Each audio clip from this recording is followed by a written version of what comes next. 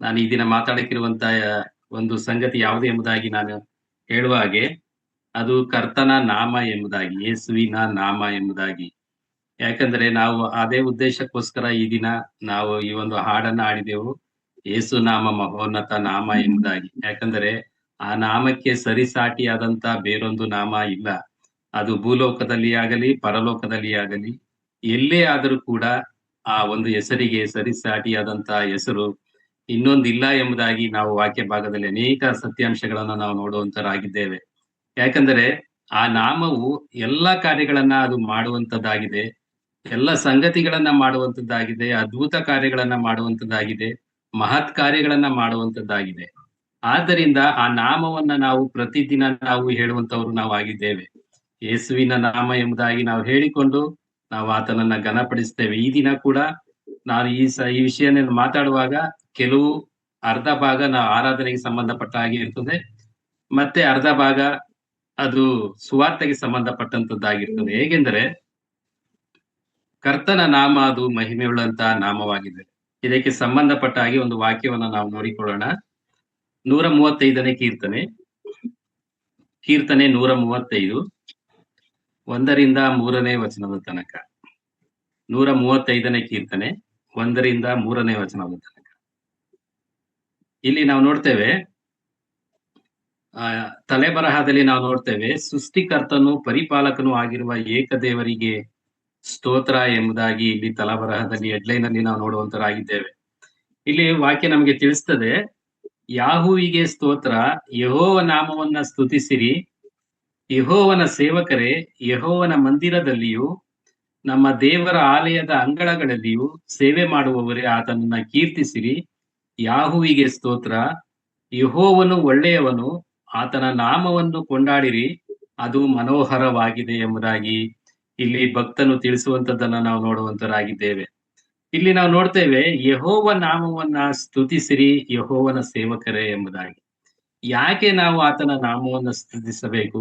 ಯಾಕೆ ನಾವು ಆತನನ್ನ ಹಾಡಬೇಕು, ಆತನನ್ನ ಕೊಂಡಾಡ್ಬೇಕು, ನಾವು ಆತನನ್ನ ಹೊಗಳಬೇಕು, ಆತನಿಗೆ ಘನಮಾನವನ್ನ ಸಲ್ಲಿಸಬೇಕು ಎಂಬುದಾಗಿ ನಾವು ನೋಡುವಾಗ, ನಮ್ಮ ಯೆಹೋವನ ಮಂದಿರದಲ್ಲಿಯೂ ನಮ್ಮ ದೇವರ ಆಲಯದ ಅಂಗಳಗಳಲ್ಲಿ ಸೇವೆ ಮಾಡುವವರೇ ಆತನನ್ನ ಕೀರ್ತಿಸಿರಿ.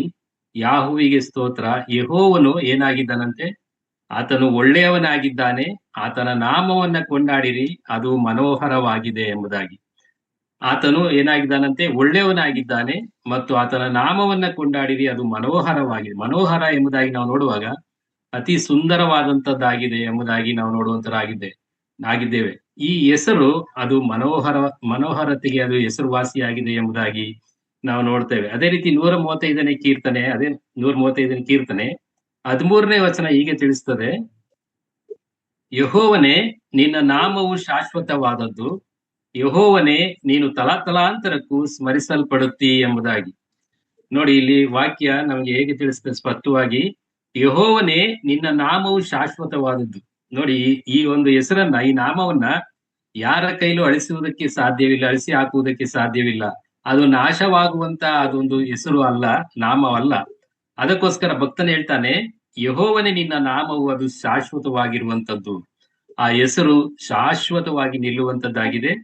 ಯೆಹೋವನೇ, ನೀನು ತಲತಲಾಂತರಕ್ಕೂ ಸ್ಮರಿಸಲ್ಪಡುತ್ತೆ. ನೀ ತಲತಲಾಂತರಕ್ಕೂ ನೀನು ಸ್ಮರಿಸಲ್ಪಡುವಂತ ದೇವರು ನೀನಾಗಿದ್ದೆ ಎಂಬುದಾಗಿ ನಾವು ವಾಕ್ಯದಲ್ಲಿ ನಾವು ನೋಡುವಂತವರಾಗಿದ್ದೇವೆ. ಯಾಕಂದ್ರೆ ಈ ವಾಕ್ಯ ನಮಗೆ ಯಾಕೆ ಈ ವಿಷಯಗಳನ್ನ ತಿಳಿಸ್ತದೆ ಎಂಬುದಾಗಿ ನಾವು ನೋಡುವಾಗ, ನಾವು ಆಡಿಕೊಂಡ ಹಾಗೆ ಭೂಮಿಯಲ್ಲಿ ಆಗಲಿ ಆಕಾಶದಲ್ಲಿ ಆಗಲಿ ಆತನ ಹೆಸರಿನ ಮೂಲಕ ಬಿಟ್ಟು ಯಾವ ನಾಮವು ಅದು ರಕ್ಷಣೆಗೆ ಮಾರ್ಗವನ್ನ ತೋರಿಸಲಾರದು ಎಂಬುದಾಗಿ, ಆ ಹೆಸರಿನ ಮೂಲಕ ನಮಗೆ ರಕ್ಷಣೆಯನ್ನ ಉಂಟು ಮಾಡುತ್ತದೆ ಎಂಬುದಾಗಿ ನಾವು ನೋಡುವಂತವರಾಗಿದ್ದೇವೆ. ನಾವು ಒಂದು ವಾಕ್ಯವನ್ನ ನಾವು ನೋಡಿಕೊಳ್ಳೋಣ. ಅಪೊಸ್ತಲರ ಕೃತ್ಯಗಳು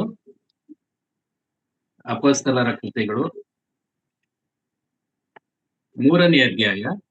ಅಪೊಸ್ತಲರ ಕೃತ್ಯಗಳು 3ನೇ ಅಧ್ಯಾಯ. ಇಲ್ಲಿ ನಾವು ಈ ವಾಕ್ಯದಲ್ಲಿ ನಾವು ನೋಡುವಾಗ, ಇಲ್ಲಿ 1ನೇ ವಚನದಿಂದ ನಮಗೆ ಪೂರ್ತಿಯಾಗಿ ಈ ವಾಕ್ಯ ನಮಗೆ ಏನು ತಿಳಿಸ್ತದೆ ಎಂಬುದಾಗಿ ನಾವು ನೋಡುವಾಗ, ಆತನ ನಾಮ ಹೇಗೆ ಮಹಿಮೆ ಹೊಂದಿತು ಎಂಬುದಾಗಿ ನಾವು ನೋಡುವಂತರಾಗಿದ್ದೇವೆ. ಇಲ್ಲಿ ಏನಾಗುತ್ತದೆ ಎಂಬುದಾಗಿ ನಾವು ನೋಡುವಾಗ, ಒಬ್ಬ ಹುಟ್ಟು ಕುಂಟನನ್ನ ಪೇತ್ರ ಯೋಹಾನರು ಸ್ವಸ್ಥ ಮಾಡಿದ್ದನ್ನ ನಾವು ನೋಡುವಂತವರಾಗಿದ್ದೇವೆ.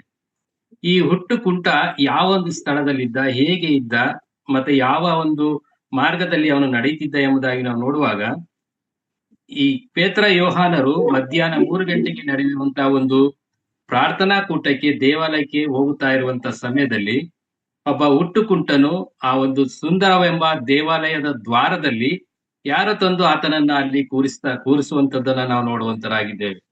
ನಾವು ಈ ದಿನಮಾನಗಳಲ್ಲಿ ನಾವು ನೋಡ್ತೇವೆ, ಈ ಅಂಗವಿಕಲರನ್ನ, ಕುರುಡರನ್ನ, ಕುಂಟರನ್ನ ಒಂದು ಯಾವುದಾದ್ರೂ ಒಂದು ದೊಡ್ಡ ದೊಡ್ಡ ಶಾಪ್‌ಗಳಾಗಿರ್ಬಹುದು, ಮಾಲ್‌ಗಳಾಗಿರ್ಬಹುದು, ಈ ಬೆಂಗಳೂರು ಪಟ್ಟಣಗಳಲ್ಲಿ ನಾವು ಅದನ್ನ ನೋಡ್ತೇವೆ.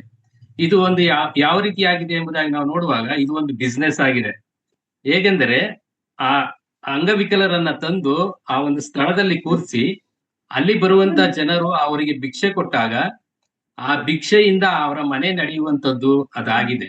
ಆದ್ದರಿಂದ ಅವರ ಸಂಬಂಧಿಕರು ಏನ್ ಮಾಡ್ತಾರೆ, ಆ ಕುರುಡರನ್ನಾಗ್ಲಿ, ಕುಂಟರನ್ನಾಗ್ಲಿ ತಂದು ಆ ಒಂದು ಸ್ಥಳದಲ್ಲಿ ಕೂರಿಸಿ, ಒಂದು ಆಫೀಸ್‌ಗಳ ಮುಂದೆ ಆಗಿರ್ಬಹುದು, ಅಥವಾ ಯಾವ್ದಾದ್ರೂ ಒಂದು ಮಾಲ್‌ಗಳ ಮುಂದೆ ಆಗಿರ್ಬಹುದು, ಯಾವ್ದಾದ್ರು ಒಂದು ದೊಡ್ಡ ಅಂಗಡಿಗಳ ಮುಂದೆ ಆಗಿರ್ಬಹುದು, ಅಲ್ಲಿ ಕೂರಿಸಿ ಅಲ್ಲಿ ಬರುವಂತವರು ಕೊಡುವಂತ ಭಿಕ್ಷೆಯಿಂದ ಆ ಒಂದು ಕುಟುಂಬ ನಡೆಯುವಂತದ್ದನ್ನ ನಾವು ನೋಡ್ತೇವೆ. ಇದು ಒಂದು ಈ ಒಂದು ಬೆಂಗಳೂರು ಪಟ್ಟಣದಲ್ಲಿ ಬಿಸ್ನೆಸ್ ಆಗಿದೆ ಎಂಬುದಾಗಿ ನಾನು ಎಣಿಸ್ತೇನೆ. ನಾನು ಪ್ರತಿನಿತ್ಯ ಆ ಒಂದು ವಿಷಯದಲ್ಲಿ ನಾನು ನೋಡುವಂತನಾಗಿದ್ದೇನೆ.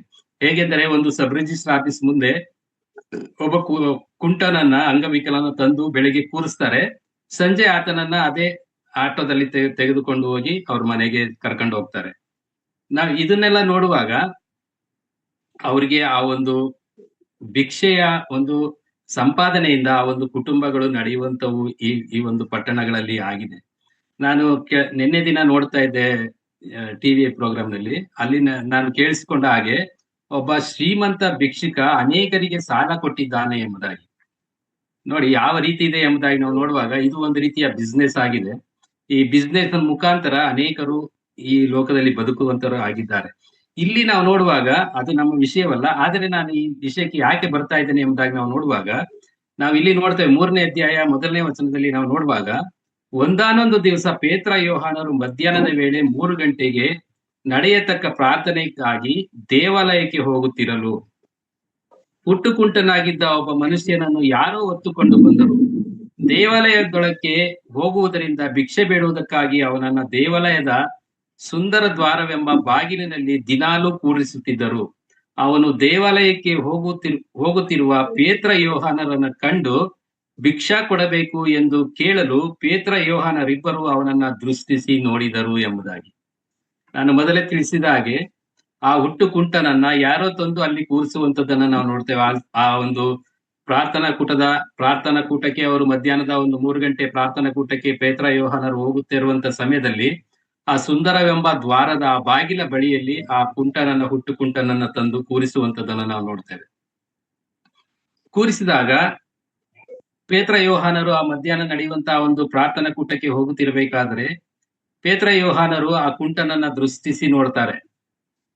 ದೃಷ್ಟಿಸಿ ನೋಡಿದಾಗ ಕುಂಟ ಏನ್ ಮಾಡ್ತಾನೆ, ಅಂಗವಿಕಲ ಏನ್ ಮಾಡ್ತಾನೆ, ಅವರನ್ನ ದೃಷ್ಟಿಸಿ ನೋಡ್ತಾನೆ. ಪೇತ್ರ ಯೋಹಾನರು ಏನಾದ್ರೂ ಸಿಕ್ಕಬಹುದೇನೋ ಭಿಕ್ಷೆ ಇವನಿಂದ, ಪೇತ್ರ ಯೋಹಾನರಿಂದ ಏನಾದ್ರೂ ನನಗೆ ಭಿಕ್ಷೆ ಸಿಗ್ತದೆ ಎಂಬುದಾಗಿ ಆತನು ಕೂಡ ಅವರನ್ನ ದೃಷ್ಟಿಸಿ ನೋಡುವಂತದ್ದನ್ನ ನಾವು ನೋಡ್ತೇವೆ. ನಂತರ ಪೇತ್ರನು ಹೇಳ್ತಾನೆ, ನಮ್ಮನ್ನ ದೃಷ್ಟಿಸಿ ನೋಡು ಎಂಬುದಾಗಿ ಅವನು ಹೇಳುವಂತವನಾಗಿರ್ತಾನೆ. ನಮ್ಮನ್ನ ನೀನು ದೃಷ್ಟಿಸಿ ನೋಡು ಎಂಬುದಾಗಿ. ಆವಾಗ ಆ ಒಂದು ಕುಂಟ ಆತನನ್ನ ದೃಷ್ಟಿಸಿ ನೋಡಿ ಏನಾದ್ರೂ ಈತನಲ್ಲಿ ಸಿಗ್ತದೆ ಎಂಬುದಾಗಿ ಅವನು ಅವರನ್ನ ದೃಷ್ಟಿಸಿ ನೋಡ್ತಾನೆ. ಆಗ ಪೇತ್ರನು ಹೇಳ್ತಾನೆ, ಬೆಳ್ಳಿ ಬಂಗಾರವಂತೂ ನಮ್ಮಲ್ಲಿಲ್ಲ. ನೋಡಿ ಮುಂದೆ ನಾವು ಅದೇ ವಚನವನ್ನ ನಾವು ಓದ್ತೇವೆ. 3ನೇ ವಚನದಲ್ಲಿ, ಅವನು ದೇವಾಲಯದೊಳಗೆ ಹೋಗುತ್ತಿರುವ ಪೇತ್ರ ಯೋಹಾನರನ್ನು ಕಂಡು ಭಿಕ್ಷಾ ಕೊಡಬೇಕು ಎಂದು ಕೇಳಲು ಪೇತ್ರ ಯೋಹಾನರಿಬ್ಬರು ಅವನನ್ನ ದೃಷ್ಟಿಸಿ ನೋಡಿದರು. ಪೇತ್ರನು ನಮ್ಮನ್ನ ನೋಡು ಅಂದನು. ಅವನಿಂದ ಏನಾದರೂ ದೊರಕಿತೆಂದು ನಿರೀಕ್ಷಿಸಿ ಅವನನ್ನ ಲಕ್ಷ್ಯವಿಟ್ಟು ನೋಡಿದನು. ಆಗ ಪೇತ್ರನು, ಬೆಳ್ಳಿ ಬಂಗಾರವಂತೂ ನನ್ನಲ್ಲಿಲ್ಲ, ನನ್ನಲ್ಲಿರುವುದನ್ನು ನಿನಗೆ ಕೊಡುತ್ತೇನೆ ಎಂಬುದಾಗಿ ಹೇಳ್ತಾನೆ. ಬೆಳ್ಳಿ ಬಂಗಾರವಂತೂ ನಾವು ತೆಗೆದುಕೊಂಡು ಹೋಗ್ತಾ ಇಲ್ಲ ನಿನಗೆ ಕೊಡುವುದಕ್ಕೆ, ಆದರೆ ನನ್ನಲ್ಲಿರುವಂತದ್ದನ್ನ ನಾನು ನಿನ್ಗೆ ಕೊಡುತ್ತೇನೆ ಎಂಬುದಾಗಿ ಪೇತ್ರನು ಹೇಳ್ತಾನೆ. ಅವನು ಏನು ಕೊಟ್ಟ, ಆ ಭಿಕ್ಷಕನಿಗೆ ಏನು ಕೊಟ್ಟ ಎಂಬುದಾಗಿ ನಾವು ನೋಡುವಾಗ ನೋಡಿ ಇಲ್ಲಿ, ಆಗ ಪೇತ್ರನು ಬೆಳ್ಳಿ ಬಂಗಾರವಂತೂ ನನ್ನಲ್ಲಿಲ್ಲ, ನನ್ನಲ್ಲಿರುವುದನ್ನ ನಿನಗೆ ಕೊಡುತ್ತೇನೆ. ಏನು ಕೊಡುತ್ತೇನೆ ಎಂಬುದಾಗಿ ಹೇಳ್ದ. ನೋಡಿ ಮುಂದಕ್ಕೆ, ನಜರೇತಿನ ಯೇಸು ಕ್ರಿಸ್ತನ ಹೆಸರಿನಲ್ಲಿ ಎದ್ದು ನಡೆದಾಡು ಎಂದು ಹೇಳಿ ಅವನನ್ನ ಬಲಗೈ ಹಿಡಿದು ಎತ್ತಿದನು ಎಂಬುದಾಗಿ. ನೋಡಿ ಇಲ್ಲಿ ನಾವು ನೋಡುವಾಗ ನಜರೇತಿನ ಯೇಸು ಕ್ರಿಸ್ತನ ಹೆಸರಿನಲ್ಲಿ ಎದ್ದು ನಡೆದಾಡು ಎಂಬುದಾಗಿ ಹೇಳಿ ಅವನ ಬಲಗೈಯನ್ನ ಹಿಡಿದು ಎತ್ತುವಂತದ್ದನ್ನ ನಾವು ನೋಡ್ತೇವೆ. ಇಲ್ಲಿ ಪೇತ್ರನು ತನ್ನನ್ನ ತಾನು ಅವನು ಹೊಗಳಿಕೊಳ್ಳುತ್ತಾ ಇಲ್ಲ. ಯಾಕಂದ್ರೆ ನನ್ನ ಹೆಸರಿನಲ್ಲಿ ಎದ್ದು ನಡೆದಾಡು, ಯೋಹಾನನ ಹೆಸರಿನಲ್ಲಿ ಎದ್ದು ನಡೆದಾಡು ಎಂಬುದಾಗಿ ಅವನು ಹೇಳ್ತಾ ಇಲ್ಲ. ಅಲ್ಲಿ ಕಾಣದೇ ಇರುವಂತಹ ಒಂದು ಸ್ಥಿತಿಯನ್ನು ನಾವು ನೋಡುವಾಗ ಈ ನಜರೇತಿನ ಯೇಸು ಕ್ರಿಸ್ತನ ಹೆಸರಿನಲ್ಲಿ ಎದ್ದು ನಡೆದಾಡು ಎಂಬುದಾಗಿ ನಾವು ನೋಡ್ತೇವೆ. ಈ ದಿನಗಳಲ್ಲಿ ನಾವು ನೋಡುವಾಗ ಅನೇಕ ದೊಡ್ಡ ದೊಡ್ಡ ಬ್ಯಾನರ್ಗಳನ್ನ, ಬೋರ್ಡ್ಗಳನ್ನ ನಾವು ನೋಡ್ತೇವೆ. ಅಲ್ಲಿ ಸ್ವಸ್ಥತಾ ಕೂಟಗಳು ಮತ್ತು ಪ್ರಾರ್ಥನಾ ಕೂಟಗಳು ಮತ್ತು ಹೀಲಿಂಗ್ ಮೀಟಿಂಗ್ ಈ ರೀತಿಯಾದಂತಹ ದೊಡ್ಡ ದೊಡ್ಡ ಬೋರ್ಡ್ಗಳ, ಫ್ಲೆಕ್ಸ್ ಬೋರ್ಡ್ಗಳನ್ನ ಹಾಕಿರ್ತಾರೆ. ಆದ್ರೆ ಅಲ್ಲಿ ಆ ಬೋರ್ಡಿನಲ್ಲಿ ಯಾರು ಆ ಒಂದು ಹೀಲಿಂಗ್ ಅನ್ನ ಮಾಡ್ತಾ ಇರ್ತಾರೆ, ಯಾರು ಆ ಒಂದು ಸ್ವಸ್ಥತೆ ಮಾಡ್ತಾರೆ, ಅವರ ಫೋಟೋಗಳು ದೊಡ್ಡದಾಗಿ ಕಾಣ ಬರ್ತದೆ. ಆದ್ರೆ ಅಲ್ಲಿ ಕರ್ತನ ಹೆಸರೇ ಸರಿಯಾಗಿ ಕಾಣುವಂತ ಸ್ಥಿತಿಯಲ್ಲಿ ಇರುವುದಿಲ್ಲ. ಯಾಕಂದ್ರೆ ಈ ದಿನದಲ್ಲಿ ದೇವರನ್ನ ಮಹಿಮೆ ಪಡಿಸಬೇಕು ಎಂಬುದಾಗಿ ಅನೇಕರಿಗೆ ಇಷ್ಟವಿಲ್ಲ. ಅವರು ಆ ಒಂದು ಕಾರ್ಯದಲ್ಲಿ ನನ್ನಿಂದ ಈ ಒಂದು ಕಾರ್ಯ ಆಗ್ತಾ ಇದೆ, ನನ್ನಿಂದ ಈ ಒಂದು ಅದ್ಭುತ ಆಗ್ತಾ ಇದೆ ಎಂಬುದಾಗಿ ಆ ಒಂದು ದೊಡ್ಡ ದೊಡ್ಡ ಫೋಟೋಗಳನ್ನ ಹಾಕಿರ್ತಾರೆ. ಆದ್ರೆ ಇಲ್ಲಿ ನಾವು ನೋಡುವಾಗ ಪೇತ್ರ ಏನ್ ಮಾಡ್ತಾನೆ, ನನ್ನ ಹೆಸರಿನ ಮೇಲೆ ಎದ್ದು ನಡೆದಾಡು ಎಂಬುದಾಗಿ ಆತನು ಹೇಳುವುದಿಲ್ಲ. ನಜರೇತಿನ ಯೇಸು ಕ್ರಿಸ್ತನ ಹೆಸರಿನಲ್ಲಿ ಎದ್ದು ನಡೆದಾಡು ಎಂಬುದಾಗಿ ಹೇಳ್ತಾನೆ. ನೋಡಿ ಮುಂದೆ ಆತನು ಹೇಳ್ತಾನೆ, ಎದ್ದು ನಡೆದಾಡು ಎಂದು ಹೇಳಿ ಅವನನ್ನ ಬಲಗೈ ಹಿಡಿದು ಎತ್ತಿದನು ಎಂಬುದಾಗಿ. ಆ ಕ್ಷಣವೇ ಅವನ ಕಾಲುಗಳಿಗೂ ಹರಳುಗಳಿಗೂ ಬಲ ಬಂತು. ಅವನು ಹಾರಿ ನಿಂತು ನಡೆದಾಡಿದನು. ನಡೆಯುತ್ತಾ ಹಾರುತ್ತಾ ದೇವರನ್ನ ಕೊಂಡಾಡುತ್ತಾ ಅವರ ಜೊತೆಯಲ್ಲಿ ದೇವಾಲಯದೊಳಗೆ ಹೋದನು. ನೋಡಿ ಆದಂತ ಅದ್ಭುತ ಯಾವುದರಿಂದ ಆ ಒಂದು ಅದ್ಭುತ ಕಾರ್ಯವಾಯಿತು ಎಂಬುದಾಗಿ ನಾವು ನೋಡುವಾಗ, ನಜರೇತಿನ ಯೇಸು ಕ್ರಿಸ್ತನ ಹೆಸರಿನಲ್ಲಿ ಎದ್ದು ನಡೆದಾಡು. ಆ ಯೇಸು ಎಂಬ ಹೆಸರು ಹೇಳಿದ ತಕ್ಷಣ, ಆ ನಾಮ ಹೇಳಿದ ತಕ್ಷಣ ಅವನು ಎದ್ದು ನಡೆದಾಡಿ ಕುಣಿದಾಡಿದನು ಎಂಬುದಾಗಿ ನಾವು ನೋಡ್ತೇವೆ. ನೋಡಿ ಇಲ್ಲಿ ಮಾಡುವಂತದ್ದು ಅವನು ಏನ್ ಮಾಡ್ತಾನೆ ಎಂಬುದಾಗಿ ನಾವು ನೋಡುವಾಗ, ಆ ಕ್ಷಣವೇ ಅವನ ಕಾಲುಗಳಿಗೂ ಹರಡುಗಳಿಗೂ ಬಲ ಬಂತು. ಮತ್ತು ಅವನೇನ್ ಮಾಡ್ತಾನೆ, ಅವನು ಹಾರಿ ನಿಂತು ನಡೆದಾಡಿದನು. ಅವನಿಗೆ ಖುಷಿಗೆ ಅದು ಅವನ್ ತಡೆದುಕೊಳ್ಳುವಂತ ಇದೇ ಇಲ್ಲ. ಅವನು ಏನ್ ಮಾಡ್ತಾ ಇದ್ದಾನೆ, ಅವನು ಹಾರಿ ನಿಂತು ನಡೆದಾಡಿದನು. ನಡೆಯುತ್ತಾ ಹಾರುತ್ತಾ ದೇವರನ್ನ ಕೊಂಡಾಡಿದನು. ಅವರ ಜೊತೆಯಲ್ಲಿ ದೇವಾಲಯಕ್ಕೆ ಹೋದನು. ಮತ್ತೆ ಅವನು ಏನ್ ಮಾಡ್ತಾ ಇದ್ದಾನೆ, ಹಾರುತ್ತಾ ಕುಣಿಯುತ್ತಾ ಅವನಿಗೆ ಇದ್ದಂತ ಎಲ್ಲ ಸಂತೋಷವನ್ನ ಅಲ್ಲಿ ವ್ಯಕ್ತಪಡಿಸುವಂತವನಾಗಿದ್ದಾನೆ. ಹಾರುತ್ತಾ ಕುಣಿಯುತ್ತಾ ಆ ಒಂದು ದೇವಾಲಯಕ್ಕೆ ಹೋದನು ಎಂಬುದಾಗಿ ನಾವು ನೋಡ್ತೇವೆ. ನೋಡಿ ಈ ಒಂದು ಘಟನೆಯಲ್ಲಿ ನಾವು ತಿಳಿಯುವಂತದ್ದು ಏನಾಗಿದೆ ಎಂಬುದಾಗಿ ನಾವು ನೋಡುವಾಗ, ಅವನು ಆ ಒಂದು ಸ್ವಸ್ಥತೆ ಆತನಿಗೆ ಬೇಕಿತ್ತು. ಆ ಸ್ವಸ್ಥತೆ ಸಿಕ್ಕಿದರೂ ಕೂಡ ಅವನು ವಾಪಸ್ ಹೋಗ್ಲಿಲ್ಲ. ನನಗೆ ಸ್ವಸ್ಥತೆ ಆಯ್ತು, ನನಗೆ ಇನ್ಯಾರು ಬೇಡ ಎಂಬುದಾಗಿ ಹೋಗ್ಲಿಲ್ಲ. ಆದ್ರೆ ದೇವರನ್ನ ಕೊಂಡಾಡುತ್ತಾ ಅವರ ಒಟ್ಟಿಗೆ ದೇವಾಲಯಕ್ಕೆ ಹೋದನು ಎಂಬುದಾಗಿ ನಾವು ನೋಡುವಂತವರಾಗಿದ್ದೇವೆ.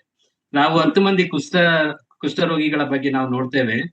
10 ಮಂದಿ ಕುಷ್ಠರೋಗಿಗಳಿಗೆ ಒಬ್ಬನು ಮಾತ್ರ ಬಂದು ಆತನಿಗೆ, ಯಾಜಕರಿಗೆ ಆತನ ಬಳಿಯಲ್ಲಿ ಬಂದು, ಯೇಸುವೆ ನಮ್ಮ ಮೇಲೆ ದಯವಿಡು ಎಂಬುದಾಗಿ ಅವರು ಕೇಳಿಕೊಂಡಾಗ, ನಮ್ಮ ಕುಷ್ಠರೋಗವಿದೆ ಎಂಬುದಾಗಿ ಹೇಳುವಾಗ, ನೀವು ಹೋಗಿ ಯಾಜಕರಿಗೆ ನಿಮ್ಮ ಮೈಯನ್ನ ತೋರಿಸಿಕೊಳ್ಳಿರಿ ಎಂಬುದಾಗಿ ಅವರು ಕರ್ತನು ಹೇಳಿದ ತಕ್ಷಣ ಅವರು ಹೋಗುತ್ತಿರುವಾಗಲೇ ಅವರು ಗುಣ ಹೊಂದಿದವರು ಎಂಬುದಾಗಿ ನಾವು ನೋಡ್ತೇವೆ. ಆದರೆ ಆ ಗುಣ ಹೊಂದಿದವರಲ್ಲಿ ಒಬ್ಬನು ಮಾತ್ರ ಬಂದು ಆತನಿಗೆ ಉಪಕಾರ ಸ್ತುತಿ ಮಾಡಿ ಆತನ ಪಾದಗಳಿಗೆ ಅಡ್ಡಬಿದ್ದನು ಎಂಬುದಾಗಿ ನಾವು ನೋಡ್ತೇವೆ. ಅದೇ ರೀತಿಯಲ್ಲಿ ಇಲ್ಲಿ ಈ ಹುಟ್ಟು ಕುಂಟನು ಕೂಡ ಏನ್ ಮಾಡ್ತಾ ಇದ್ದಾನೆ, ಅವನು ಹಾರುತ್ತಾ ಕುಣಿಯುತ್ತಾ ಅವರ ಒಟ್ಟಿಗೆ ದೇವರನ್ನ ಕೊಂಡಾಡ್ತಾ ಇದ್ದಾನೆ. ನೋಡಿ, ದೇವರನ್ನ ಕೊಂಡಾಡುತ್ತಾ ಅವರ ಜೊತೆಯಲ್ಲೇ ದೇವಾಲಯದೊಳಕ್ಕೆ ಹೋದನು ಎಂಬುದಾಗಿ, ದೇವಾಲಯಕ್ಕೆ ಹೋಗಿ ಆತನು ದೇವರನ್ನ ಆರಾಧನೆ ಮಾಡಿದನು ಎಂಬುದಾಗಿ ನಾವು ನೋಡುವಂತರಾಗಿದ್ದೇವೆ. ಈ ದಿನ ನಾವು ಕರ್ತನನ್ನ ಆರಾಧನೆ ಮಾಡಿದ್ದೇವೆ. ಯಾಕೆ ಆರಾಧನೆ ಮಾಡಿದ್ದೇವೆ ಎಂಬುದಾಗಿ ನಾವು ನೋಡುವಾಗ, ಆತನು ನಮಗಾಗಿ, ನಮ್ಮ ಪಾಪಗಳಿಗಾಗಿ ಆತನು ಪಟ್ಟಂತ ವೇದನೆ, ಕಷ್ಟ, ಶ್ರಮೆ, ಮರಣವನ್ನ ನಾವು ನೆನೆಸಿ, ನಮ್ಮ ಜೀವಿತದಲ್ಲಿ ಆತನು ಮಾಡಿದಂತ ಉಪಕಾರಗಳನ್ನ ನೆನೆಸಿ ನಾವು ಈ ದಿನ ಆತನನ್ನು ಆರಾಧನೆ ಮಾಡಿದ್ದೇವೆ. ಯಾಕಂದ್ರೆ ನಾವು ಮನೆಯಲ್ಲೇ ಕೂತು ಆರಾಧನೆ ಮಾಡಬಹುದು. ಆದ್ರೆ ದೇವಾಲಯಕ್ಕೆ ಹೋಗಿ ನಾವು ಯಾಕೆ ಆರಾಧನೆ ಮಾಡ್ತೇವೆ ಎಂಬುದಾಗಿ ನಾವು ನೋಡುವಾಗ, ಇಲ್ಲಿ ಆತನು ಹುಟ್ಟು ಕುಂಟನನ್ನ ನಾವು ನೋಡುವಾಗ ಅವರ ಜೊತೆಯಲ್ಲೇ ಹೋಗಿ ಹಾರುತ್ತಾ ಕುಣಿಯುತ್ತಾ ಆತನನ್ನ ಕೊಂಡಾಡುತ್ತಾ ಆ ಒಂದು ದೇವಾಲಯಕ್ಕೆ ಹೋಗಿ ದೇವರನ್ನ ಕೊಂಡಾಡಿದನು, ಆತನನ್ನು ಆರಾಧಿಸಿದನು ಎಂಬುದಾಗಿ ನಾವು ನೋಡುವಂತರಾಗಿದ್ದೇವೆ. ನೋಡಿ, ಆತನಿಗಿದ್ದಂತ ಒಂದು ಆಸಕ್ತಿ, ಆತನಿಗಿದ್ದಂತ ದೇವರ ಮೇಲಿದ್ದಂತ ಪ್ರೀತಿ ಏನೆಂಬುದಾಗಿ ನಾವು ನೋಡುವಾಗ, ಆತನು ಆ ರೀತಿಯಾದಂತ ಸಂತೋಷವನ್ನ ಆ ಪೇತ್ರ ಯೋಹಾನರ ಒಟ್ಟಿಗೆ ಹಂಚಿಕೊಂಡನು ಎಂಬುದಾಗಿ ನಾವು ನೋಡುವಂತರಾಗಿದ್ದೇವೆ. ಇದಕ್ಕೆ ಸಂಬಂಧಪಟ್ಟ ಹಾಗೆ ನಾವು ಇನ್ನೂ ಒಂದು ವಾಕ್ಯವನ್ನ ನಾವು ನೋಡ್ತೇವೆ. ನಾವು ಯೋಹಾನ 1:12 ನಾವು ನೋಡುವ ಹಾಗೆ, ಯಾರ್ಯಾರು ಆತನನ್ನ ಅಂಗೀಕರಿಸಿದರು, ಅಂದರೆ ಆತನ ಹೆಸರಿನಲ್ಲಿ ನಂಬಿಕೆ ಇಟ್ಟರೋ ಅವರಿಗೆ ದೇವರ ಮಕ್ಕಳಾಗುವಂತ ಅಧಿಕಾರ ಆತನು ಕೊಟ್ಟಿದ್ದಾನೆ ಎಂಬುದಾಗಿ ನಾವು ನೋಡುವಾಗ, ಯಾರ್ಯಾರು ಆತನನ್ನ ಅಂಗೀಕರಿಸಿದರು ಅಂದರೆ ಆತನ ಹೆಸರಿನಲ್ಲಿ, ಆತನ ನಾಮದಲ್ಲಿ ನಂಬಿಕೆ ಇಡುವಂತದ್ದು. ಆ ನಂಬಿಕೆ ಇಡುವಂತವರಿಗೆ ದೇವರ ಮಕ್ಕಳಾಗುವಂತ ಒಂದು ಅಧಿಕಾರ ಆತನು ಕೊಡುವಂತ ದೇವರು ಆತನ ಆಗಿರ್ತಾನೆ ಎಂಬುದಾಗಿ ನಾವು ನೋಡುವಂತವರಾಗಿದ್ದೇವೆ. ಹೀಗೆ ನಾವು ಈ ಹುಟ್ಟುಕುಂಟನನ್ನ ನಾವು ನೋಡುವಾಗ, ಇವನು ದೇವರ ಮಗನ ಆಗಲೇ ಆ ದೇವರ ಮಗನಾಗಿ ಹೋದ ಎಂಬುದಾಗಿ ನಾವು ನೋಡುವಂತವ್ರು. ಯಾಕಂದ್ರೆ ಆರುತ್ತ ಕುಣಿಯುತ್ತಾ ಅದರ ಜೊತೆಯಲ್ಲೇ ಹೋಗಿ ದೇವರನ್ನ ಕೊಂಡಾಡಿದ, ದೇವಾಲಯಕ್ಕೆ ಹೋಗಿ ದೇವರನ್ನ ಕೊಂಡಾಡಿದನು ಎಂಬುದಾಗಿ ನಾವು ನೋಡ್ತೇವೆ. ಇದು ಯಾರಿಂದ ಆಯ್ತು ಎಂಬುದಾಗಿ ನಾವು ನೋಡುವಾಗ, ಇದು ಪೇತ್ರ ಯೋಹಾನರಿಂದ ಆದಿದ್ದಲ್ಲ. ಇಲ್ಲಿ ಮೇಲೆ ನಾವು ತಲೆಬರಹದಲ್ಲಿ ನಾವು ನೋಡ್ತೇವೆ, ಆ 3ನೇ ಅಧ್ಯಾಯದ ಮೇಲಿನ ವಚನದಲ್ಲಿ, ಹುಟ್ಟುಕುಂಟನು ಪೇತ್ರನ ಮೂಲಕ ನಡೆಯುವ ಶಕ್ತಿಯನ್ನು ಹೊಂದಿದ್ದು, ಪೇತ್ರನು ಯೇಸುವಿನ ಮಹಿಮೆಯ ವಿಷಯದಲ್ಲಿ ಉಪನ್ಯಾಸ ಮಾಡಿದ್ದು ಎಂಬುದಾಗಿ. ಪೇತ್ರನು ಒಬ್ಬ ಸಾಧನವಾಗಿ ಮಾತ್ರ ಆತನು ಇಲ್ಲಿದ್ದ, ಆದರೆ ಆತನ ಸ್ವಸ್ಥತೆ ಪಡಿಸಿದ್ದು ಯೇಸುವಿನ ನಾಮ, ಯೇಸುವಿನ ಹೆಸರು ಇಲ್ಲಿ ಮಹಿಮೆ ಹೊಂದಿತು ಎಂಬುದಾಗಿ ನಾವು ನೋಡುವಂತರಾಗಿದ್ದೇವೆ. ಹೀಗೆ ಮುಂದೆ ಆ ಕುಂಟನು ಅವರ ಒಟ್ಟಿಗೆ ಹೋದಾಗ ಜನರೆಲ್ಲರೂ ಬಹಳ ಆಶ್ಚರ್ಯಚಕಿತರಾಗಿ ಆತನನ್ನ ನೋಡ್ತಾ ಇದ್ದಾರೆ. ಈತನೇ ಅಲ್ಲವಾ ಅಲ್ಲಿ ಪ್ರತಿದಿನ ನಾವು ನೋಡುವಾಗ ಅಲ್ಲಿ ಕೂತುಕೊಳ್ತಿದ್ದವನು ಇವನೇ ಅಲ್ಲವಾ, ಹುಟ್ಟುಕುಂಟನಲ್ಲವಾ, ಈಗ ಹೇಗೆ ಇವನಿಗೆ ಕಾಲು ಬಂತು ಎಂಬುದಾಗಿ ಅವರು ಆಶ್ಚರ್ಯದಿಂದ ನೋಡಬೇಕಾದ್ರೆ 12ನೇ ವಚನದಲ್ಲಿ, 3ನೇ ಅಧ್ಯಾಯ 12ನೇ ವಚನದಲ್ಲಿ ಪೇತ್ರನು ಹೇಳ್ತಾನೆ, ಪೇತ್ರನು ಇದನ್ನು ನೋಡಿ ಜನರಿಗೆ, ಇಸ್ರಾಯೇಲ್ ಜನರೇ, ನೀವು ಯಾಕೆ ಇದಕ್ಕೆ ಆಶ್ಚರ್ಯ ಪಡುತ್ತೀರಿ? ನೀವು ನಮ್ಮ ಮೇಲೆ ದೃಷ್ಟಿ ಇಟ್ಟು ನೋಡುವುದೇನು? ನಾವು ಸ್ವಂತ ಶಕ್ತಿಯಿಂದಾಗಲಿ ದೇವ ಭಕ್ತಿಯಿಂದಾಗಲಿ ಇವನನ್ನು ನಡೆಯುವಂತೆ ಮಾಡಿದವೆಂದು ಭಾವಿಸಬೇಡಿರಿ. ನೋಡಿ, ಇಲ್ಲಿ ಪೇತ್ರ ಯೋಹಾನರು ಹೇಳ್ತಾ ಇರೋಂತ ಮಾತು ಏನೆಂಬುದಾಗಿ ನಾವು ನೋಡುವ, ಪೇತ್ರನೇ ಹೇಳ್ತಾನೆ, ಇಸ್ರೇಲ್ ಜನರೇ, ನೀವು ಯಾಕೆ ಇದನ್ನ ನೀವು ಆಶ್ಚರ್ಯವಾಗಿ ನೋಡ್ತಾ ಇದ್ದೀರಿ? ನೀವು ಯಾಕೆ ಆಶ್ಚರ್ಯವಾಗಿ ನೋಡ್ತಾ ಇದ್ದೀರಿ? ನೀವು ನಮ್ಮ ಮೇಲೆ ನಮ್ಮನ್ನ ದೃಷ್ಟಿ ಇಟ್ಟು ನೋಡುವ ಅವಶ್ಯಕತೆ ಇಲ್ಲ. ಯಾಕಂದ್ರೆ ನಾವು ನಮ್ಮ ಸ್ವಂತ ಶಕ್ತಿಯಿಂದ ನಾವು ಇದನ್ನ ಮಾಡ್ಲಿಲ್ಲ, ಮತ್ತು ನಾವು ದೇವ ಭಕ್ತಿಯಿಂದಾಗಲಿ ಇವನನ್ನ ನಡೆಯುವಂತೆ ಮಾಡ್ಲಿಲ್ಲ. ದೇವರ ಭಕ್ತಿಯಿಂದಾಗಿ ನಾವು ಈ ಒಂದು ಹುಟ್ಟುಕುಂಟನಿಗೆ ಸ್ವಸ್ಥತೆ ಆದದನ್ನ ನಾವು ಮಾಡ್ಲಿಲ್ಲ. ಇಲ್ಲಿ ಹೇಳ್ತದ ವಾಕ್ಯ, ನಾವು ಸ್ವಂತ ಶಕ್ತಿಯಿಂದಾಗಲಿ ದೇವ ಭಕ್ತಿಯಿಂದಾಗಲಿ ಇವನನ್ನು ನಡೆಯುವಂತೆ ಮಾಡಿದೆವೆಂದು ಭಾವಿಸಬೇಡಿರಿ. ನಾವು ಯಾವುದೇ ಕಾರಣಕ್ಕೂ ನಮ್ಮಿಂದ ಈ ಒಂದು ಕಾರ್ಯ ಆಯ್ತು ಎಂಬುದಾಗಿ ನೀವು ನೆನೆಸಬೇಡಿರಿ. ಮುಂದೆ ಹೇಳ್ತಾನೆ, ನಮ್ಮ ಪಿತೃಗಳಾದ ಅಬ್ರಾಮ್, ಇಸಾಕ, ಯಾಕೋಬರ ದೇವರು ತನ್ನ ಸೇವಕನಾದ ಯೇಸುವನ್ನು ಮುಂದೆ ಹೇಳ್ತಾನೆ, ತನ್ನ ಸೇವಕನಾದ ಯೇಸುವನ್ನು ಮಹಿಮೆ ಪಡಿಸಿದ್ದಾನೆ. ನೀವಂತೂ ಆತನನ್ನ ಹಿಡಿದುಕೊಟ್ಟಿರಿ ಮತ್ತು ಪಿಲಾತನು ಆತನನ್ನ, ನೋಡಿ ಇಲ್ಲಿ ಆ ಒಂದು ಸುವಾರ್ತೆಗೆ ಇವನು ಮಾರ್ಗ ಮಾಡಿಕೊಳ್ತಾ ಇದ್ದಾನೆ ಏನೆಂಬುದಾಗಿ ನಾವು ನೋಡುವಾಗ, ಆ ಒಂದು ಸ್ಥಳದಲ್ಲಿ ಈ ಸುವಾರ್ತೆಯನ್ನ ಅವನು ತರುವಂತವನು ಆತನಾಗಿದ್ದಾನೆ.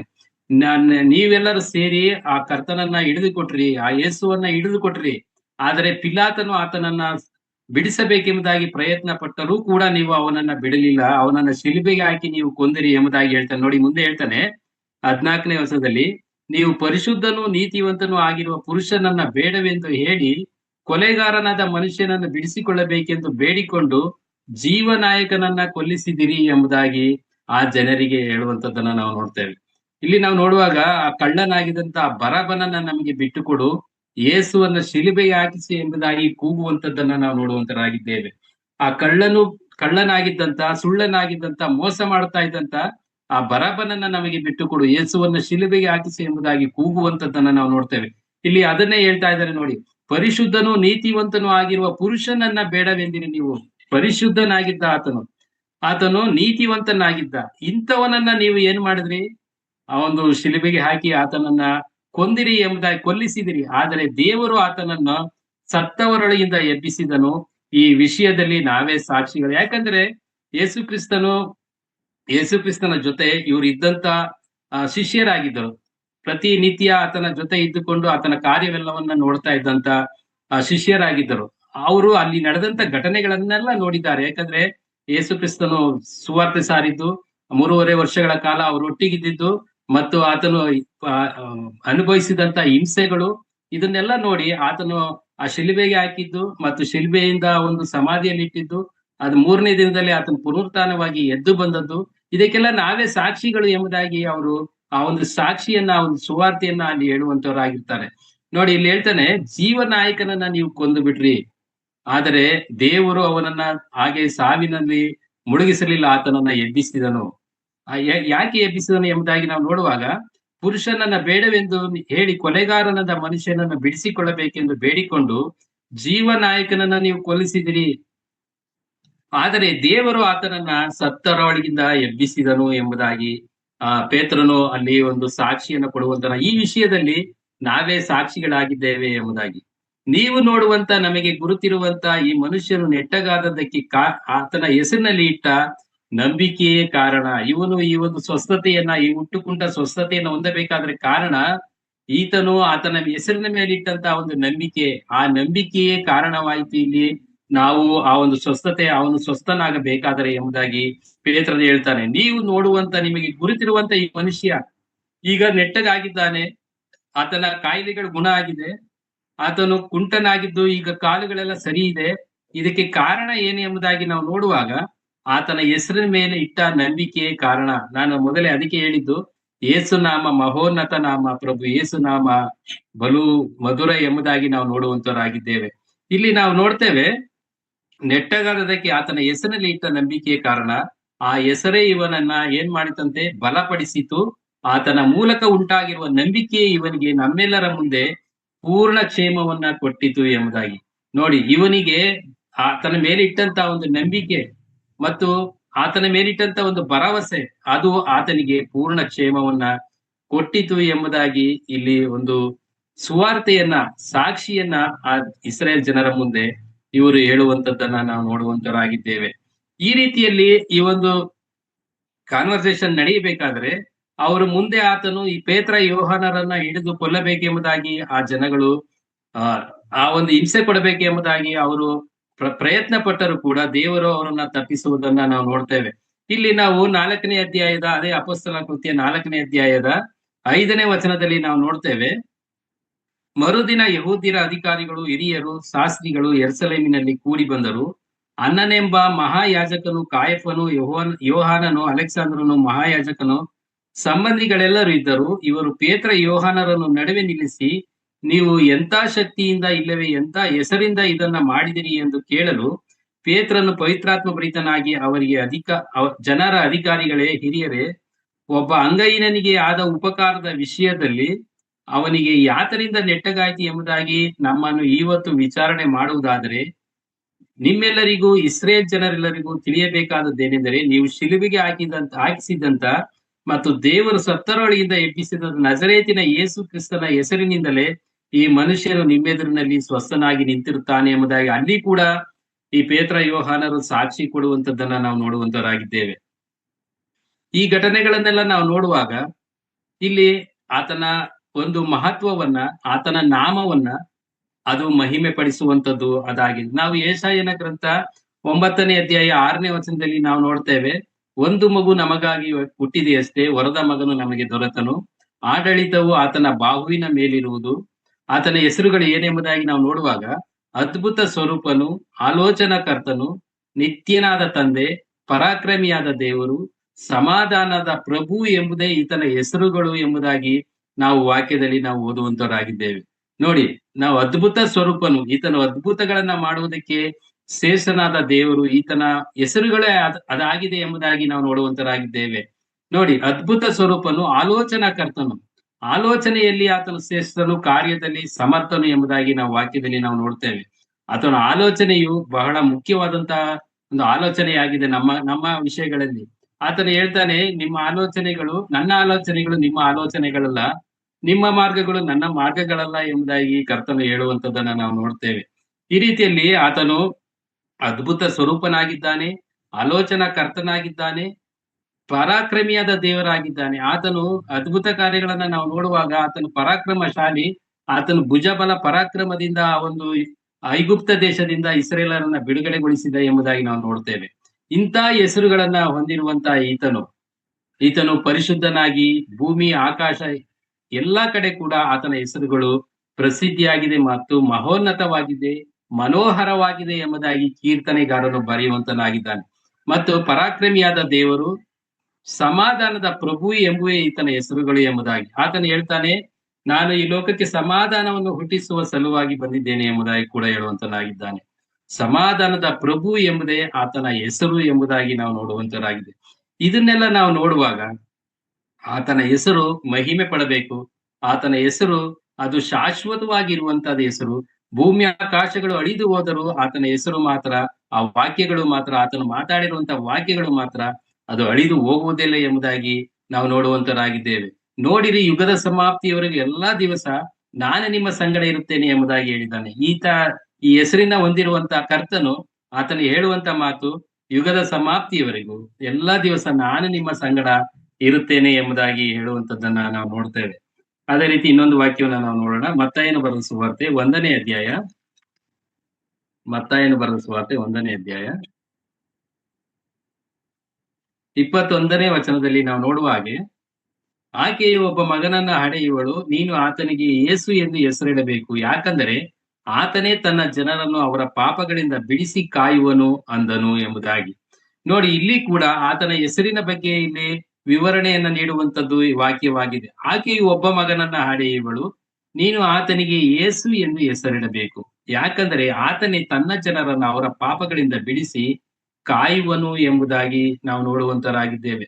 ಇಲ್ಲಿ ತನ್ನ ಜನರನ್ನ ಅವನು ಪಾಪಗಳಿಂದ ಬಿಡಿಸಿ ಕಾಯುವಂತದ ಹೆಸರು ಅದು ಯೇಸು ಎಂಬ ಹೆಸರು ಎಂಬುದಾಗಿ ನಾವು ನೋಡುವಂತರಾಗಿದ್ದೇವೆ. ಅದೇ ರೀತಿ ಇನ್ನೊಂದು ವಾಕ್ಯವನ್ನ ನಾವು ನೋಡ್ತೇವೆ. ಲೂಕನು ಬರೆದ ಸುವಾರ್ತೆ 1ನೇ ಅಧ್ಯಾಯ. ಲೂಕನು ಬರೆದ ಸುವಾರ್ತೆ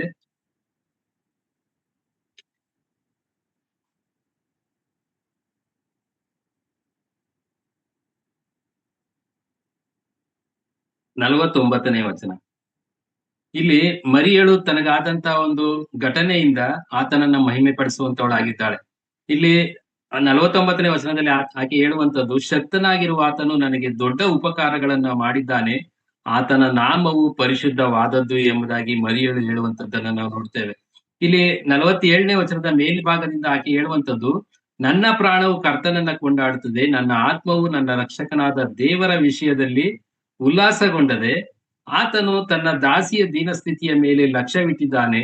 ಇಗೋ, ಇಂದಿನಿಂದ ತಲತಲಾಂತರದವರೆಲ್ಲ ನನ್ನನ್ನ ಧನ್ಯಳೆಂದು ಹೊಗಳುವರು. ಶಕ್ತನಾಗಿರುವ ಆತನು ನನಗೆ ದೊಡ್ಡ ಉಪಕಾರಗಳನ್ನ ಮಾಡಿದ್ದಾನೆ, ಆತನ ನಾಮವು ಪರಿಶುದ್ಧವಾದದ್ದು ಎಂಬುದಾಗಿ ಆಕೆ ಹೇಳುವಂತದ್ದಾಗಿದೆ. ನೋಡಿ, ಆತನ ನಾಮ ಪರಿಶುದ್ಧವಾದದ್ದು ಎಂಬುದಾಗಿ ಯೇಸು ಕ್ರಿಸ್ತನ ತಾಯಿ ಹೇಳುವಂತದ್ದನ್ನ ನಾವು ನೋಡ್ತೇವೆ. ಇದನ್ನೆಲ್ಲ ನಾವು ನೋಡುವಾಗ ಆತನ ನಾಮ ಪ್ರತಿ ಒಂದು ಕಾಲದಲ್ಲಿಯೂ, ವರ್ತಮಾನ, ಭೂತ, ಭವಿಷ್ಯತ್ ಕಾಲಗಳಲ್ಲಿ ಎಲ್ಲ ಕಾಲದಲ್ಲಿಯೂ ಅದು ಮಹಿಮೆ ಉಳ್ಳಂತ ನಾಮ ಅದಾಗಿದೆ. ಆದಿಯೂ ಅಂತ್ಯವೂ ನಾನೇ ಆಗಿದ್ದೇನೆ ಎಂಬುದಾಗಿ ಆತನು ಹೇಳ್ತಾನೆ. ಆದಿಯಲ್ಲಿ ಅಂತ್ಯವನ್ನ ನಾ ತಿಳಿಸಿದ್ದೇನೆ ಎಂಬುದಾಗಿ ಹೇಳುವಂತ ಕರ್ತನು ಈತನಾಗಿದ್ದಾನೆ. ಹೀಗೆ ನಾವು ಇನ್ನೊಂದು ವಾಕ್ಯವನ್ನ ನಾವು ನೋಡೋಣ. ಅದೇ ಅಪೊಸ್ತಲರ ಕೃತ್ಯ 4ನೇ ಅಧ್ಯಾಯ 11ನೇ ವಚನದಿಂದ, ಯಾವ ಹೆಸರಿನಿಂದ ನಮಗೆ ರಕ್ಷಣೆ ಆಯಿತು ಎಂಬುದಾಗಿ ಇಲ್ಲಿ ನಮಗೆ ವಾಕ್ಯ ಸ್ಪಷ್ಟಪಡಿಸುವಂತದ್ದಾಗಿ 11ನೇ ವಚನದಿಂದ, ಮನೆ ಕಟ್ಟುವವರಾದ ನೀವು ಹೀನೈಸಿದ ಕಲ್ಲು ಆತನು, ಆತನೇ ಮುಖ್ಯವಾದ ಮೂಲೆಗಲ್ಲಾದನು, ಬರಬೇಕಾದ ರಕ್ಷಣೆಯು ಇನ್ಯಾರಲ್ಲಿ ಸಿಕ್ಕುವುದಿಲ್ಲ. ಆ ಹೆಸರಿನಿಂದಲೇ ಹೊರತು ಆಕಾಶದ ಕೆಳಗೆ ಮನುಷ್ಯರೊಳಗೆ ಕೊಡಲ್ಪಟ್ಟಿರುವ ಬೇರೆ ಯಾವ ಹೆಸರಿನಿಂದಲೂ ನಮಗೆ ರಕ್ಷಣೆ ಆಗುವುದಿಲ್ಲ ಎಂದು ಹೇಳಿದನು ಎಂಬುದಾಗಿ ನಾವು ನೋಡುತ್ತೇವೆ. ಇಲ್ಲಿ ನಮಗೆ ರಕ್ಷಣೆ ಆಗಬೇಕಾದರೆ ಕಾರಣ ಏನು ಎಂಬುದಾಗಿ ನಾವು ನೋಡುವಾಗ, ಬರಬೇಕಾದ ರಕ್ಷಣೆಯು ಇನ್ಯಾರಲ್ಲಿ ಸಿಕ್ಕುವುದಿಲ್ಲ. ನೋಡಿ, ನಮಗೆ ಯಾರಾದರೂ ರಕ್ಷಿಸ್ತಾರೆ ಎಂಬುದಾಗಿ ನಾವು ನೆನೆಸುವುದಕ್ಕೆ ಅದು ಅಸಾಧ್ಯವಾದಂತ ಕಾರ್ಯವಾಗಿದೆ. ಇಲ್ಲಿ ಹೇಳುವಂತದ್ದು ಇಲ್ಲಿ ಆತನ ಶಿಷ್ಯರು ಹೇಳುವಂತದ್ದು, ಬರಬೇಕಾದ ರಕ್ಷಣೆ ಇನ್ಯಾರಲ್ಲಿ ಸಿಕ್ಕುವುದಿಲ್ಲ, ಆ ಹೆಸರಿನಿಂದಲೇ ಹೊರತು ಆಕಾಶದ ಕೆಳಗೆ ಮನುಷ್ಯರೊಳಗೆ ಕೊಡಲ್ಪಟ್ಟಿರುವ ಬೇರೆ ಯಾವ ಹೆಸರಿನಿಂದಲೂ ನಮಗೆ ರಕ್ಷಣೆ ಆಗುವುದಿಲ್ಲ ಎಂಬುದಾಗಿ. ಆತನ ಹೆಸರಿನ ಮೂಲಕ ನಮಗೆ ರಕ್ಷಣೆ ಆಗುತ್ತದೆ. ಅದು ನಾವು ರಕ್ಷಿಸಲ್ಪಟ್ಟಿದ್ದೇವೆ ಈ ದಿನ ಎಂಬುದಾಗಿ ಹೇಳುವುದಾದರೆ ಅದು ಆತನ ಹೆಸರೇ ಕಾರಣವಾಗಿದೆ ಎಂಬುದಾಗಿ ನಾವು ನೋಡುವಂತರಾಗಿದ್ದೇವೆ. ಈ ವಾಕ್ಯಗಳನ್ನೆಲ್ಲ ನಾವು ನೋಡುವಾಗ ಆತನ ಹೆಸರು ಅದು ಮಹಿಮೆಯ ಹೆಸರು, ಮನೋಹರವಾದ ಹೆಸರು, ಆತನ ಹೆಸರು ಶಾಶ್ವತವಾಗಿರುವಂತದ್ದು ಹೆಸರು ಎಂಬುದಾಗಿ ನಾವು ನೋಡುವಂತರಾಗಿದ್ದೇವೆ. ಅದೇ ರೀತಿ ಇನ್ನೊಂದು ವಾಕ್ಯವನ್ನ ನಾವು ನೋಡಿಕೊಳ್ಳೋಣ. ಯೆಶಾಯನ ಗ್ರಂಥ, ಅದೇ ಯೆಶಾಯನ ಗ್ರಂಥ 7ನೇ ಅಧ್ಯಾಯ. ಯೆಶಾಯನ ಗ್ರಂಥ 7ನೇ ಅಧ್ಯಾಯ.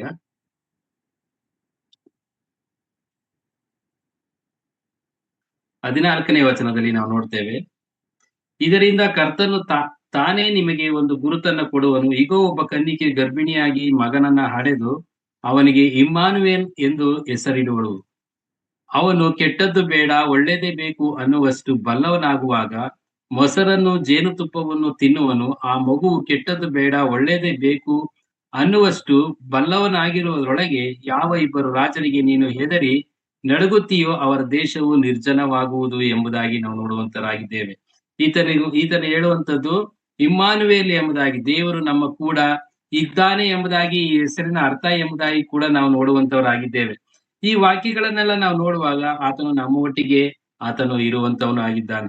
ಇಲ್ಲಿ ನಾವು ಪೇತ್ರ ಯೋಹಾನರನ್ನ ನಾವು ನೋಡುವಾಗ ಅವರು ತಮ್ಮನ್ನ ತಾವು ಹೆಚ್ಚಿಸಿಕೊಳ್ಳಿಲ್ಲ. ಯಾಕಂದ್ರೆ ಅವರು ಒಬ್ಬ ಸಾಧನವಾಗಿ ಅವರ ಮೂಲಕ ಆ ಒಂದು ಕಾರ್ಯ ಆಯಿತು ಎಂಬುದಾಗಿ ನಾವು ನೋಡುವಂತರಾಗಿದ್ದೇವೆ.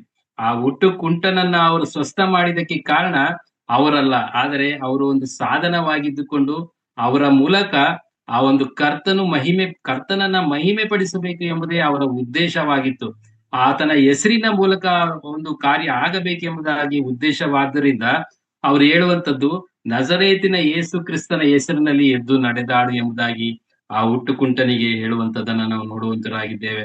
ಈಗ ಆ ಹುಟ್ಟುಕುಂಟ ಆತನನ್ನ ಆರಾಧಿಸುವಂತವನಾಗಿದೆ. ಯಾಕಂದ್ರೆ ಆತನ ಹೆಸರಿನಲ್ಲಿ ಆತನಿಗೆ ಆದಂತ ಒಂದು ರಕ್ಷಣೆ, ಆತನಿಗಾದಂತ ಒಂದು ಬಿಡುಗಡೆ, ಇದನ್ನೆಲ್ಲ ನಾವು ನೋಡುವಾಗ ಈ ದಿನ ಕೂಡ ಈ ದಿನ ಈ ಒಂದು ಸಮಯದಲ್ಲಿ ಕೂತು ನಾವು ದೇವರ ಆರಾಧನೆ ಮಾಡ್ತಾ ಇದ್ದೇವೆ, ಆತನನ್ನು ಕೊಂಡಾಡ್ತಾ ಇದ್ದೇವೆ, ಆತನ ವಾಕ್ಯವನ್ನ ಕೇಳ್ತಾ ಇದ್ದೇವೆ ಎಂಬುದಾಗಿ ನಾವು ನೋಡುವಾಗ ಆತನು ನಮಗೆ ಕೊಟ್ಟಿರುವಂತಹ ಒಂದು ರಕ್ಷಣೆ, ಆತನು ನಮ್ಮ ಮೇಲೆ ಇಟ್ಟಿರುವಂತಹ ಒಂದು ಪ್ರೀತಿ, ಕರುಣೆ, ಇದನ್ನೆಲ್ಲ ನಾವು ನೋಡುವಾಗ ಆತನ ಹೇಳ್ತಾನೆ, ನನ್ನ ಸಂತೈಸುವ ತಾಯಿ ಅಂತೀಯು, ಕನಿಕರಿಸುವ ತಂದೆಯಂತೆಯೂ ಆತನು ನಮ್ಮನ್ನ ಸಂತೈಸುವಂತ ದೇವರು ಆತನಾಗಿದ್ದಾನೆ. ಆತನು ಕನಿಕರಿಸುವಂತ ದೇವರು ಆತನಾಗಿದ್ದಾನೆ. ಆತನು ಇನ್ನೊಂದು ಕಡೆ ಹೇಳ್ತಾನೆ, ನನ್ನ ಕೈಯೊಳಗಿಂದ ನಿಮ್ಮನ್ನ ಯಾರು ಕಸಕೊಳ್ಳಲಾರರು ಎಂಬುದಾಗಿ ಹೇಳುವಂತದ್ದನ್ನ ನಾವು ನೋಡ್ತೇವೆ. ಯಾಕಂದ್ರೆ ಆತನು ನಮ್ಮನ್ನ ಅಷ್ಟು ಭದ್ರವಾಗಿ ಹಿಡಿದುಕೊಂಡಿದ್ದಾನೆ. ಯಾರೇ ಬಂದು ನಮ್ಮನ್ನ ಕಿತ್ತುಕೊಂಡು ಹೋಗುವುದಕ್ಕೆ ಆಗುವುದಿಲ್ಲ ಆತನ ಕೈಯಿಂದ. ಆ ಉದ್ದೇಶದಿಂದ ಆತನು ಹೇಳುವಂತದ್ದು, ನನ್ನ ಕೈಯೊಳಗಿಂದ ನಿಮ್ಮನ್ನ ಯಾರು ಕಸಕೊಳ್ಳಲಾರರು ಎಂಬುದಾಗಿ ಆತನು ಹೇಳುವಂತದ್ದ ನಾವು ನೋಡುವಂತರಾಗಿದ್ದೇವೆ. ನಾನು ನಿಮ್ಮನ್ನ ಅನಾಥರಾಗಿ ಬಿಡುವುದಿಲ್ಲ ಎಂಬುದಾಗಿ ಕೂಡ ಆತನು ಹೇಳುವಂತದ್ದನ್ನ ನಾವು ನೋಡ್ತೇವೆ. ಈ ಮಾತುಗಳನ್ನೆಲ್ಲ ಆತನು ಯಾಕೆ ಹೇಳ್ತಾನೆ ಎಂಬುದಾಗಿ ನಾವು ನೋಡುವಾಗ ಆತನ ಹೆಸರು ಆ ಒಂದು ಮಹಿಮೆ ಉಳ್ಳುವಂತ ಹೆಸರು, ಅದು ಮಹೋನ್ನತನಾದ ಹೆಸರು, ಶಾಶ್ವತವಾಗಿ ಇರುವಂತದ್ದು ಹೆಸರು ಅದು ಆಗಿದೆ. ಯಾಕಂದ್ರೆ ಇಲ್ಲಿ ನಾವು ನೋಡುವಾಗ ಅನೇಕ ಅದ್ಭುತ ಕಾರ್ಯಗಳು ಆತನ ಮೂಲಕ ನಡೀತಾ ಇತ್ತು. ಒಬ್ಬ ಸ್ತ್ರೀ 12 ವರ್ಷದಿಂದ ಆಕೆ ಆ ಒಂದು ರಕ್ತ ಕುಸುಮ ರೋಗದಿಂದ ಅವಳು ಬಳಲುತ್ತಾ ಇರುವಾಗ ಆಕೆ ಅನೇಕ ಹಣವನ್ನ ಆ ಒಂದು ವೈದ್ಯರಿಗೆ ಖರ್ಚು ಮಾಡಿರ್ತಾಳೆ. ಆದ್ರೂ ಕೂಡ ಆಕೆಗೆ ಗುಣ ಆಗಿರುವುದಿಲ್ಲ. ಆದರೆ ಆತನ ಒಂದು ಬಟ್ಟೆಯ ಗೊಂಡೆಯನ್ನ ಮುಟ್ಟಿದ ತಕ್ಷಣ ಆಕೆ ಗುಣ ಹೊಂದಿದಳು ಎಂಬುದಾಗಿ ನಾವು ನೋಡುವಂತವರಾಗಿದ್ದೇವೆ. ನೋಡಿ, ಆತನ ಹೆಸರು, ಆತನ ಒಂದು ಸ್ಥಿತಿಯನ್ನ ನಾವು ನೋಡುವಾಗ ಅದು ಗುಣಪಡಿಸುವಂತಹ ಒಂದು ಹೆಸರು ಅದಾಗಿದೆ. ನಜರೇತಿನ ಯೇಸು ಕ್ರಿಸ್ತನ ಹೆಸರಿನಲ್ಲಿ ಎದ್ದು ನಡೆದಾಡು ಎಂಬುವಂತಹ ಒಂದು ಮಾತು ಆ ಒಂದು ಹುಟ್ಟುಕುಂಟನನ್ನ ಸ್ವಸ್ಥಪಡಿಸುತ್ತೆ ಎಂಬುದಾಗಿ ನಾವು ನೋಡ್ತೇವೆ.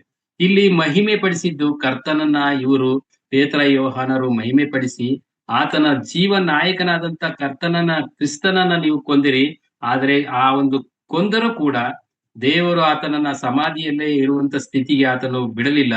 3ನೇ ದಿನದಲ್ಲಿ ಪುನರುತ್ಥಾನವಾಗಿ ಎದ್ದು ಬಂದು ಈ ದಿನ ನಮ್ಮ ಸ್ತುತಿ ಸ್ತೋತ್ರಗಳನ್ನ, ನಮ್ಮ ಪ್ರಾರ್ಥನೆಗಳನ್ನ, ವಿಜ್ಞಾಪನೆಗಳನ್ನ ತಂದೆಯ ಬಲಪಾರ್ಶ್ವದಲ್ಲಿ ಕುಳಿತು ಆತನು ಕೇಳುತ್ತಾ ಇದ್ದಾನೆ ಎಂಬುದಾಗಿ ಇವರು ಸಾಕ್ಷಿ ಕೊಡುವಂತದ್ದನ್ನ ನಾವು ನೋಡುವಂತರಾಗಿದ್ದೇವೆ. ಇದನ್ನೆಲ್ಲ ನಾವು ನೋಡುವಾಗ ಆತನ ಹೆಸರು ಸದಾ ಕಾಲವು ಅದು ಶಾಶ್ವತವಾಗಿರ್ತದೆ. ಆ ಹೆಸರನ್ನ ಯಾರು ಅಳಿಸೋದಕ್ಕೆ ಆಗುವುದಿಲ್ಲ, ಯಾರ ಕೈಲಿ ಅಳಿಸಿ ಹಾಕುವುದಕ್ಕೂ ಕೂಡ ಆಗುವುದಿಲ್ಲ. ಯಾಕಂದ್ರೆ ಅದು ಶಾಶ್ವತವಾದಂತ ಹೆಸರು, ಅದು ಮನೋಹರವಾದಂತ ಹೆಸರು, ಅದು ಪರಿಶುದ್ಧವಾದಂತ ಹೆಸರು ಅದಾಗಿರ್ತದೆ. ಈ ವಾಕ್ಯಗಳನ್ನೆಲ್ಲ ನಾವು ನೋಡುವಾಗ ನಾವು ಆ ಒಂದು ಹೆಸರಿನ ಮೂಲಕ ಈ ದಿನ ನಾವು ಜೀವಿಸ್ತಾ ಇದ್ದೇವೆ, ನಾವು ನಡೆಯುತ್ತಾ ಇದ್ದೇವೆ, ಆತನನ್ನ ನಾವು ಕೊಂಡಾಡ್ತಾ ಇದ್ದೇವೆ. ಆತನ ಹೆಸರನ್ನು ಹೇಳಿಕೊಂಡು ನಾವು ಆತನನ್ನ ಘನಪಡಿಸೋಣ, ಮಹಿಮೆ ಪಡಿಸೋಣ. ದೇವರು ಈ ವಾಕ್ಯಗಳನ್ನ ನಮಗೆ ಆಶೀರ್ವದಿಸಲಿ.